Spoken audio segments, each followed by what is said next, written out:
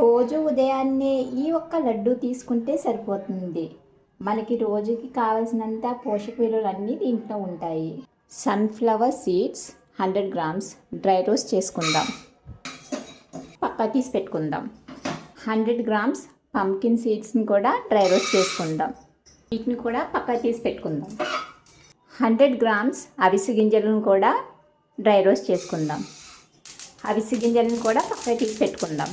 100 grams నువ్వులను కూడా dry roast చేసుకుందాం, వీటిని కూడా పక్క తీసి పెట్టుకుందాం. 30 నుంచి 40 బాదం పప్పులను కూడా డ్రై రోస్ట్ చేసుకుందాం. ఇలా రోస్ట్ చేసుకున్న బాదాన్ని కూడా పక్క తీసి పెట్టేసుకుందాం. 100 గ్రామ్స్ జీడిపప్పుని వేయించుకుందాం, క్యాష్యూస్ని కూడా పక్క తీసి పెట్టేసుకుందాం. స్టవ్ ఫ్లేమ్ ఆఫ్ చేసుకుని ఇలా వేడి కడాయిలోనే 50 గ్రాములు గసగసాలను కూడా వేసి వేయించుకుందాం. ఇలాగా హీట్ కడాయిలోనే ఉంచేయండి. వేయించుకున్న ఈ సీడ్స్ అన్నిటిని బాగా కూల్ అవనిద్దాం. జీడిపప్పు బాదాన్ని కూడా బాగా కూల్ అవనిద్దాం.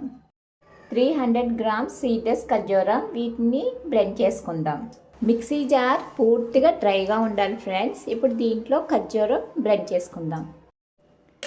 డేట్స్ని వీలైనంత వరకు మెత్తగా పట్టుకుంటాకి ప్రయత్నించండి. చూడండి, ఇలాగా పేస్ట్లా పట్టి పెట్టుకోండి. గసగసాలు కూడా బాగా కూల్ అవని పక్క తీసి పెట్టుకుందాం. 4 టేబుల్ స్పూన్ నెయ్యి హీట్ చేసుకుందాం. ఖర్జూరం పేస్ట్ వేసేసుకుందాం, తిప్పుతూ వేయించుకుందాం. 2-3 మినిట్స్ ఇలా వేయించుకున్న తర్వాత స్టవ్ ఫ్లేమ్ ఆఫ్ చేసుకుందాం. ముందుగా జీడిపప్పు ఇంకా బాదం పప్పుని మిక్సీ పట్టుకుందాం. ఇలా మిక్సీ పట్టుకున్న తర్వాత వేయించుకున్న ఈ సీడ్స్ అన్నిటిని కూడా వేసేసుకుని మిక్సీ పట్టుకుందాం. ఈ విధంగా మిక్సీ పట్టుకోండి. ఇప్పుడు ఈ ఖర్జూరం పేస్ట్లో కొంచెం పొడి వేసుకుని మిక్స్ చేసుకుందాం. ఇప్పుడు వీటిని నిమ్మకాయ సైజ్ అంత లడ్డు చేసుకోండి, సరిపోతుంది. గసగసాల్లో ఒక్కొక్క లడ్డు తీసుకుని ఇలా కోట్ చేసుకోండి. కోట్ చేసుకున్న తర్వాత ఏదైనా డ్రై స్టీల్ బాక్స్ తీసుకుని దాంట్లో పెట్టుకోండి.